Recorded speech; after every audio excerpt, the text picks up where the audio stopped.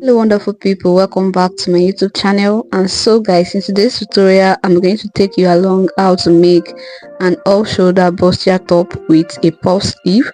So guys, as we go by, please, if you have any question, do also drop it in the comment section, and don't forget to subscribe and like this video. So guys, if you're ready, let's just get into the video.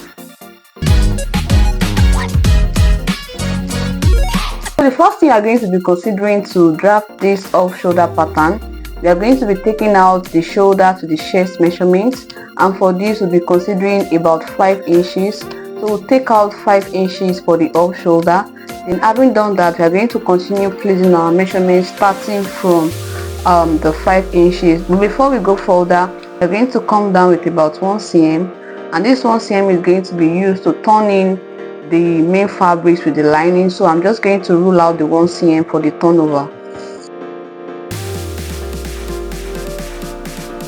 Now we are going to start our measurements starting from this line.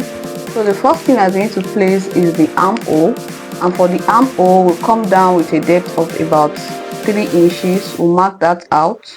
Shoulder to the nipple, the shoulder to the nipple measurement is 9, shoulder to the under bust is 12, the arm length measurement is 15, the length of the top is 19 plus half inches hemming allowance. So the next thing for us to do is to rule it out.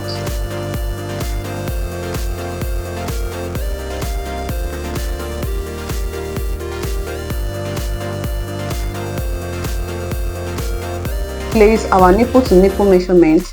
The nipple to nipple of this top is 7 inches. 7 divided by 2, that is 3.5. So we'll just go ahead and place 3.5 inches starting from the hem all the way to the chest line. Next thing for us to do is to contour the underbust. For us to contour the underbust, we'll go inward with 1 inch on both sides. Mark out where the contouring will stop, and with this we'll come up with about 2 inches starting from the underbust measurement.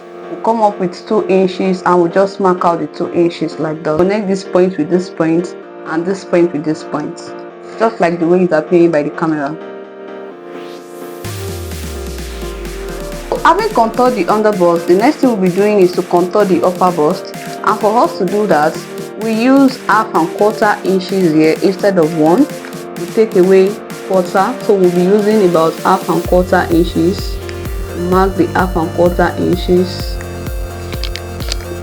and we also mark 1/4 inches here, region in which the contouring will be stopping for the upper bust. And with this we'll be going down with about 4 inches starting from the chest line. This is just about 1/2 inches away from the nipple. The next thing for us to do is to extend the dart leg all the way to the hem of the top, and for us to do that, at this side as well, we'll be taking 1/4 inches on both sides. Done that, we'll connect it back to the dart. So the next thing we'll be doing is just to place in the measurements. At the armhole we'll be placing the bust measurement, and the bust measurement is 35. 35 divided by 4, that is 8.5. So we'll just take our tape rule across the dart. We have about 3.5 inches.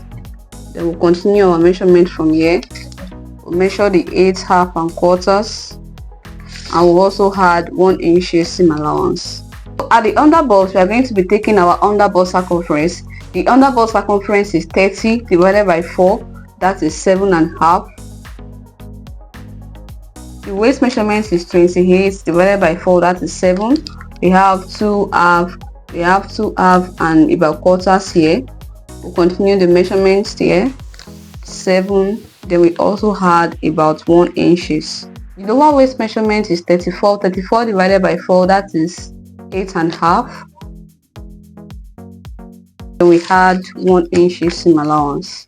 It's just to connect the lines together. The next measurement we'll be placing is our neck width. The neck width will be using about 4.5 inches. So across the first dart leg we have about 3 inches. We'll continue the measurement from the second dart leg, then we'll mark out 1.5 inches. To draw out our sweetheart neckline, we have to come down with about 2 inches to the chest line. You may decide to use about 2.5 depending on how deep you want it, but for this I'll be using 2 inches depth for the sweetheart neckline. And the next thing for us to do, we are going to assume as if we want to close these two dart legs together. We'll take our French cuff, starting from this side in which we have marked out. We'll place the French cuff across the darts. Then we'll draw our star line. We can open back the darts. Next thing we are going to do is to connect our neckline with our bust measurement because it's an off shoulder.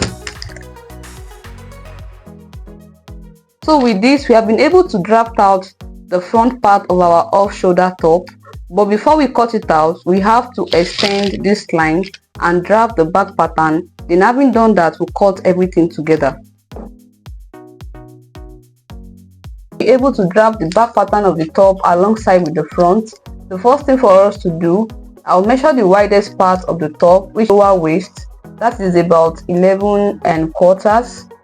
I'll just go ahead and roll it out all the way to the upper part of the top.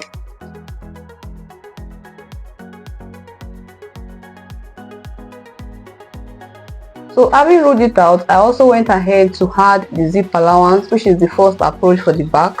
Then having done that, the next thing we'll be doing is to mark the dart leg for the back.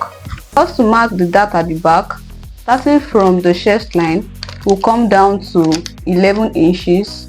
We'll mark the 11 inches point. Then having done that, starting from the zip allowance, we go inward with 4 inches. So we'll just mark the 4 inches all the way.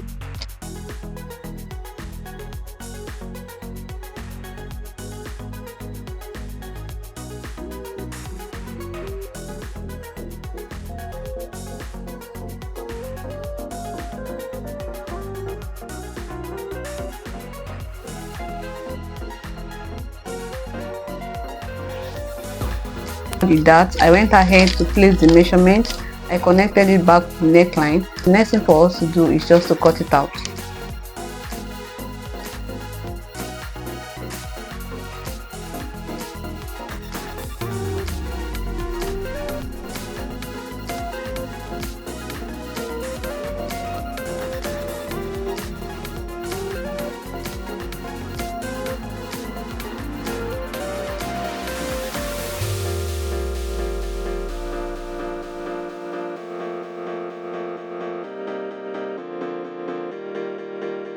Like the way it appeared by the camera, I've gone ahead to cut out the front pattern and the back pattern. So the front pattern is 2 while the back pattern is 1.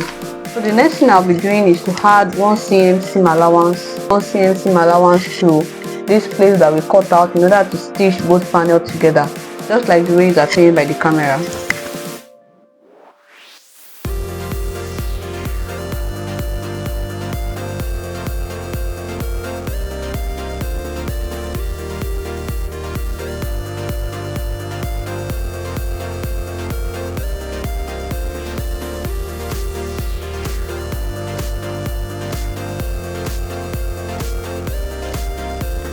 This is how it looks like after adding the 1 cm seam allowance. For the side front is going to be a cut times 4, and the center front is going to be a cut on fold and is a cut times 2. The back pattern is just a singular pattern and is also going to be a cut times 4.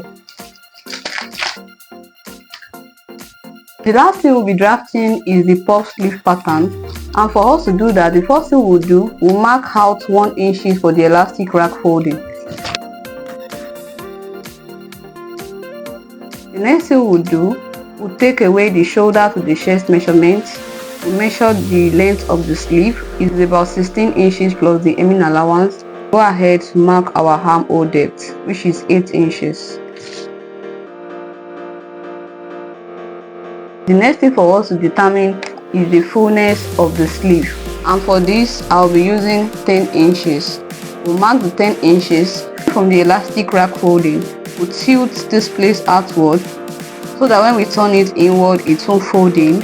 Okay, we take our back pattern and we determine the distance between the chest line and the armhole depth here. Just easily take our tape rule and start it somewhere like this, like from here, and like this is about 5.5.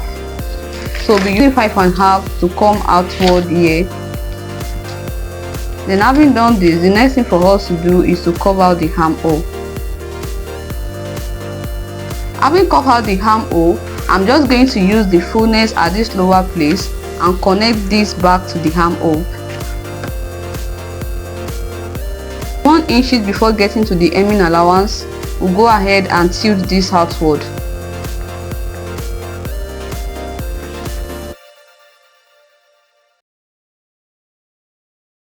It's a cut on fold and it's cut times 2.